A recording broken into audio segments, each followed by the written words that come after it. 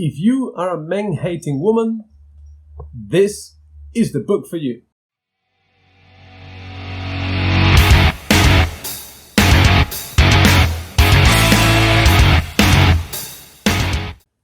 Hello, good morning, good afternoon, good evening, wherever you are in the world.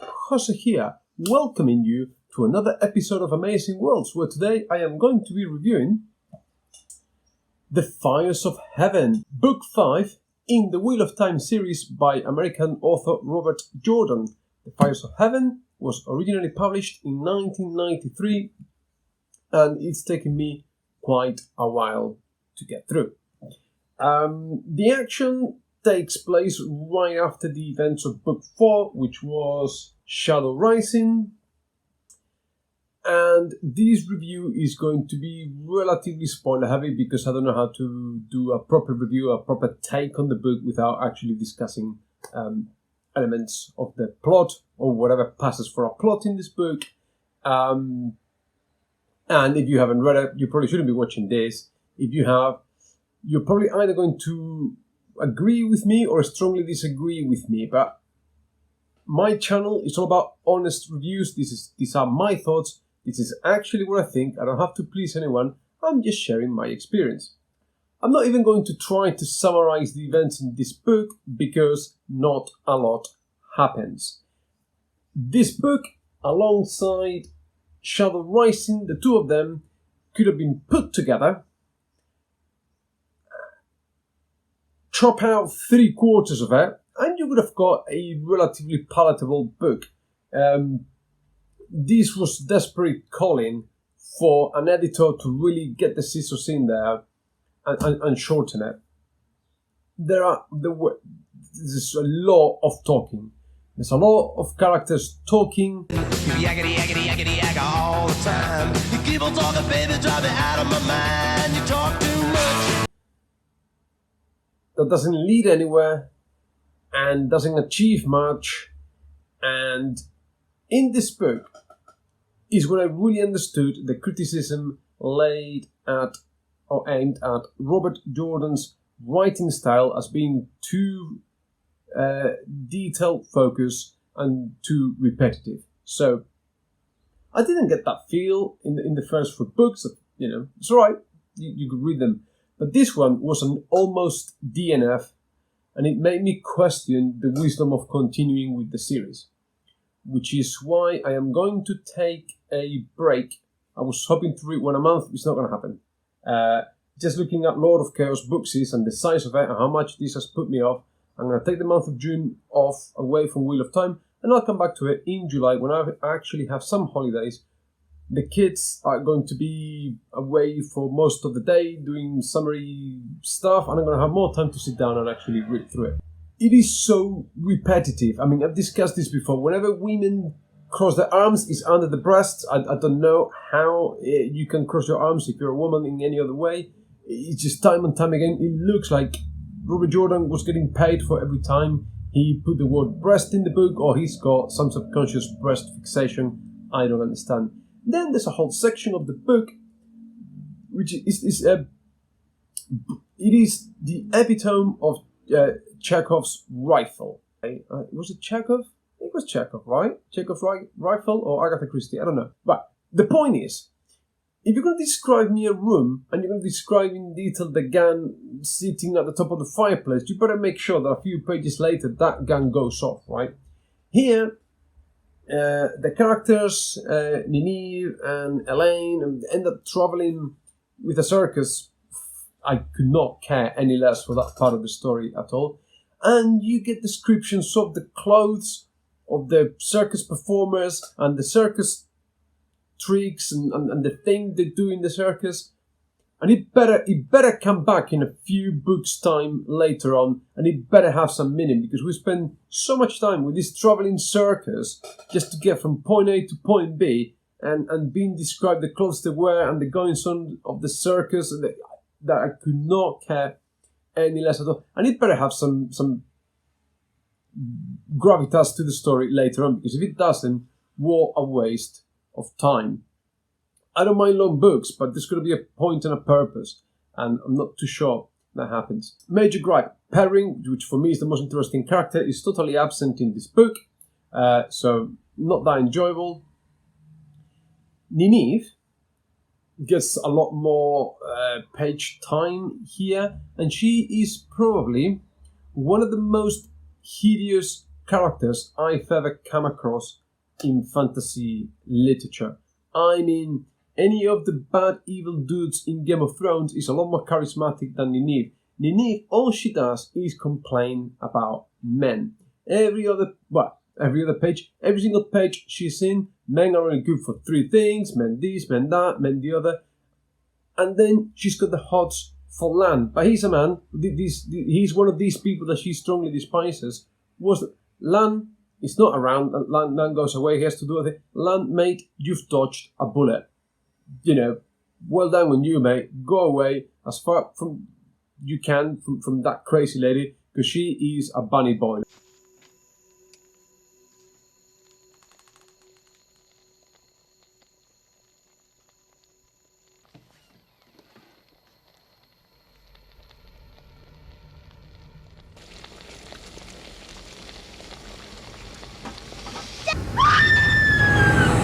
And she's I hate her character. There's no rhyme or reason for it. And something I've been meaning to mention in the last few reviews of The Willows, I've never got round to it, is the fact that in order to channel, in order to do magic, Nynaeve has to be angry, alright? Because, whatever, just reasons. She can control her magic, she can only produce it when she's angry. So, whenever she needs to, she gets angry. That's it, and then she channels. So what is the point? It doesn't suppose an obstacle for her to get over in order to be able to channel. She doesn't fight it. She doesn't have to become a more mentally balanced person. No, she can just switch on the anger and switch it off like that when she needs to. All right. So,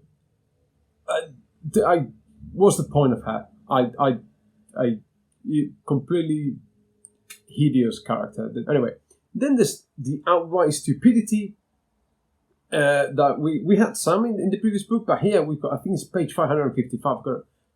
Right. So Avienda, you know, she's there. She's one of the IL people, one of the the tribes where Rand, the main protagonist, the Dragon Reborn, descends from, and she's there to keep an eye on him, to school him in the ways of his people, and all that kind of stuff.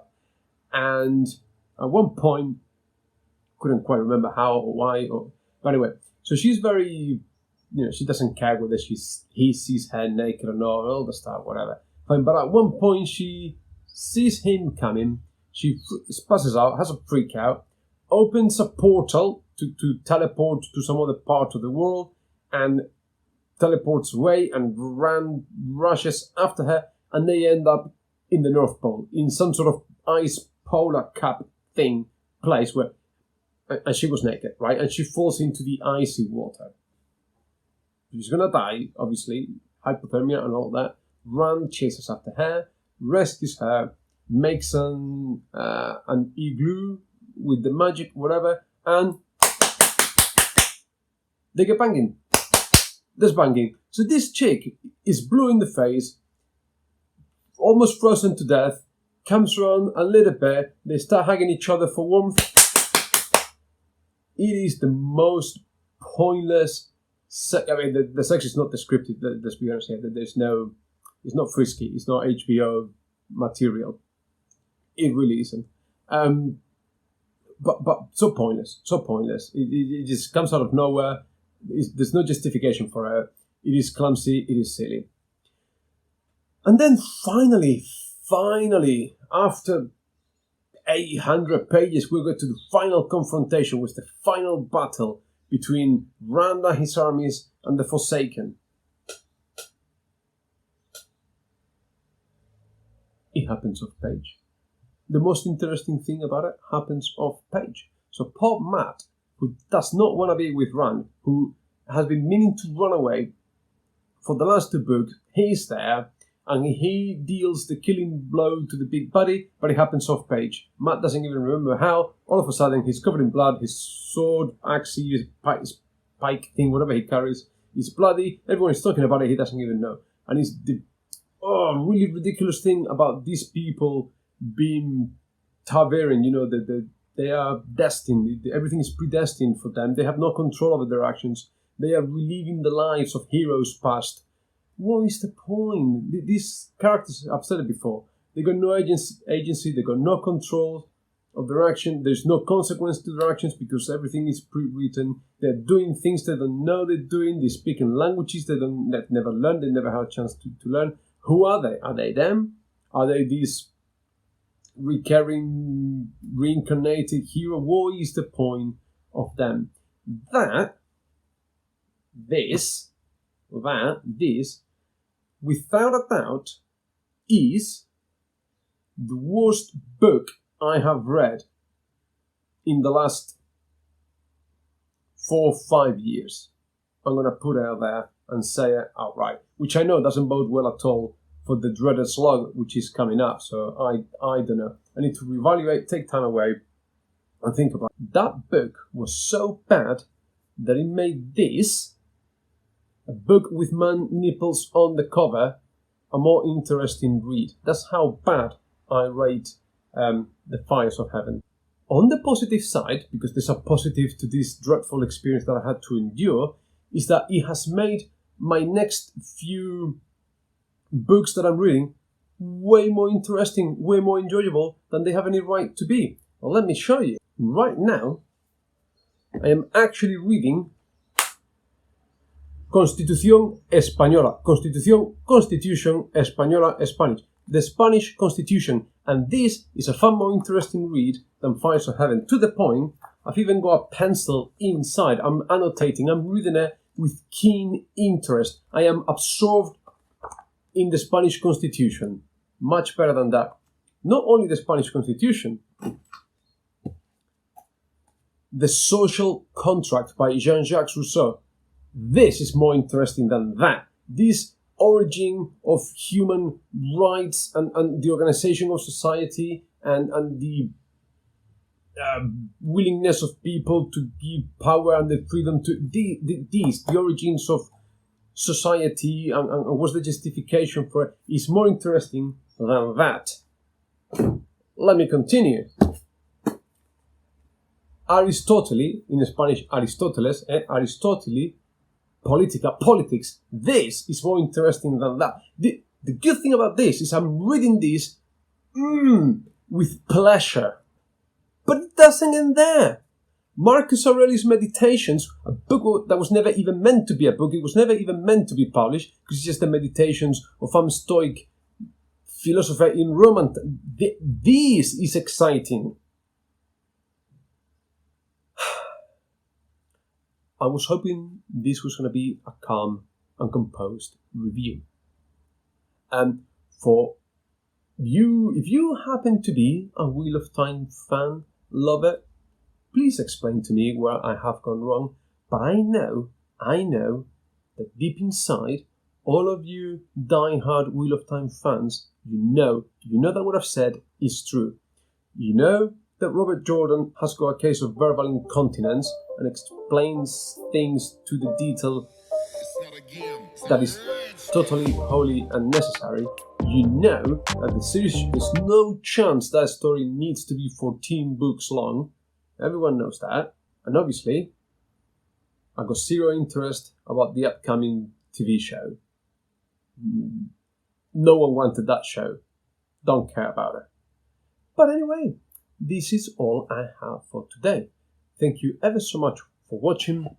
Please like, subscribe, comment, let me know what you think, and remember, on Saturday the 26th at 20:00 GMT time, join me and Ian from B&B Books for a discussion on the first 5 books of the Wheel of Time, where we're probably going to be going over some of the points I've raised here, some of the points that Ian raised in his review of the book as well.